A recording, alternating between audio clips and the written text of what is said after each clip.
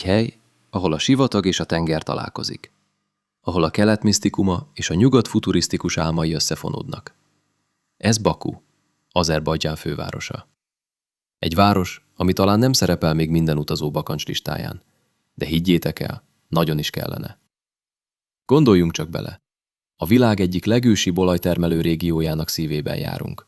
Egy helyen, ami évszázadok óta vonzza a birodalmakat, kereskedőket, hódítókat. És ma is vonzza a figyelmet. De miért? Miért emlegetik a Kaukázus Dubajaként? Gyere és nézd meg ezt a videót, és hálásan köszönöm, ha feliratkozol csatornámra.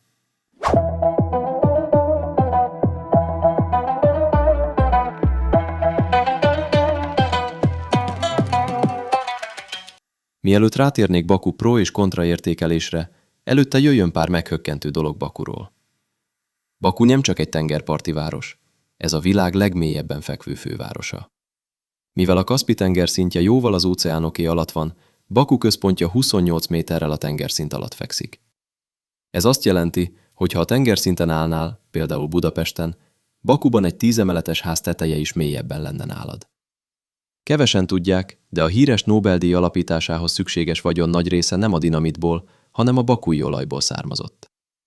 Alfred Nobel testvérei, Robert és Ludwig építették fel itt az akkori világ egyik legnagyobb olajbirodalmát. Baku tengerpartján áll egy épület, amit nem lehet eltéveszteni. Úgy néz ki, mint egy hatalmas, feltekert szőnyeg. Ez a világ első és legnagyobb szőnyegmúzeuma. A Heydar Aliyev központban nincsenek egyenes vonalak.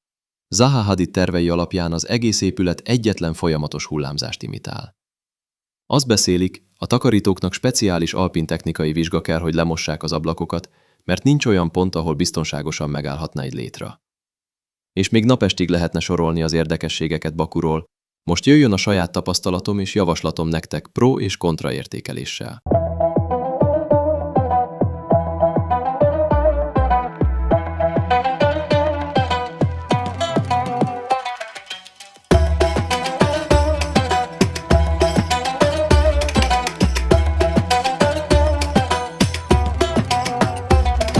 Közlekedés. Bakuban a tömegközlekedés, valamint a helyi jangó fillérekért viszel bárhová. A metrókocsik jelentős részét lecserélték új, halk, USB töltős és átjárható szerelvényekre. Amire viszont fel kell készülni, ha autóval közlekedsz, hogy a csúcsforgalom brutális. Az azeri sofőrök a dudát index helyett használják, és a sávok inkább csak javaslatok, mint szabályok. Gyalogosként a zebra nem életbiztosítás. Ami még zavaró, hogy a tömegközlekedéshez kötelező a Baku kártya, amit csak automatákból vehetsz meg. Így Baku közlekedésére 5 pontból 4-et adok.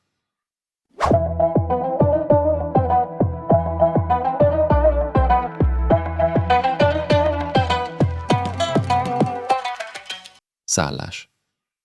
Baku azon kevés helyek egyike, ahol az 5 csillagos nemzetközi láncok, Hilton, Marriott, Fairmont, gyakran sokkal olcsóbbak, mint a nyugat-európai nagyvárosokban. A kisebb hotelekben a személyzet gyakran családtagként kezeli a vendéget, nem ritka a gratis tea vagy a helyi túratippek. Gyakori jelenség, különösen a Forma 1 idején, hogy a lefoglalt apartman tulajdonosa az utolsó pillanatban lemondja a foglalást, vagy plusz pénzt kér érte helyszínen.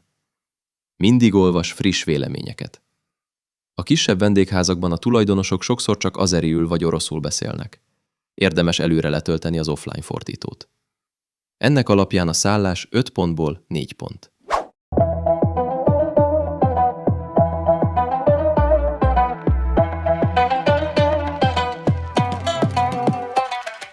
Élmény.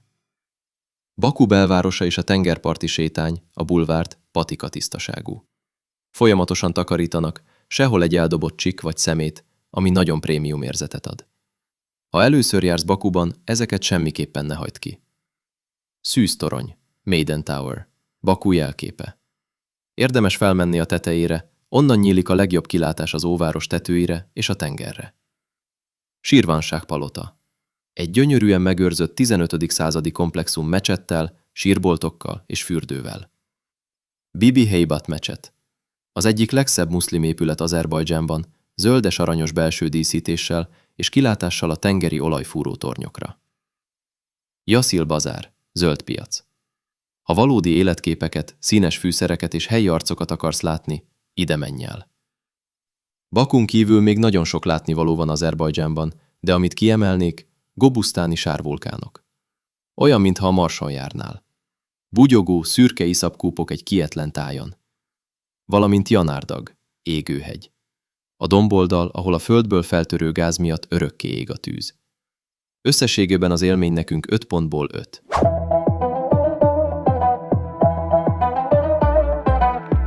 Emberek. Azerbajdzsánban a vendég szent. Ne lepődj meg, ha a piacon kóstolót kapsz mindenből, vagy ha egy helyi lakos elkísér a célodig, mert nem érted az útbaigazítást. Nem ritka, hogy egy idegen meghív egy teára csak azért, mert kíváncsi, honnan jöttél. Baku büszke a vallási toleranciájára. Bár muszlim többségű országról van szó, a társadalom nagyon világi, szekuláris. A miniszoknya és a fejkendő megfér egymás mellett az utcán, és senki nem ítélkezik a másik felett. Sajnos a taxisok és a piaci árusok egy része még mindig úgy néz a külföldire, mint egy sétáló pénztárcára. Mindig előre tisztázd az árat, különben a végén meglepetés érhet. Összességében, mivel velünk nagyon kedvesek voltak, és nem történt semmi negatív, így 5 pontból 5-öt adok. Te hány pontra értékelnéd Bakut? Írd meg hozzászólásban véleményedet és tapasztalatodat.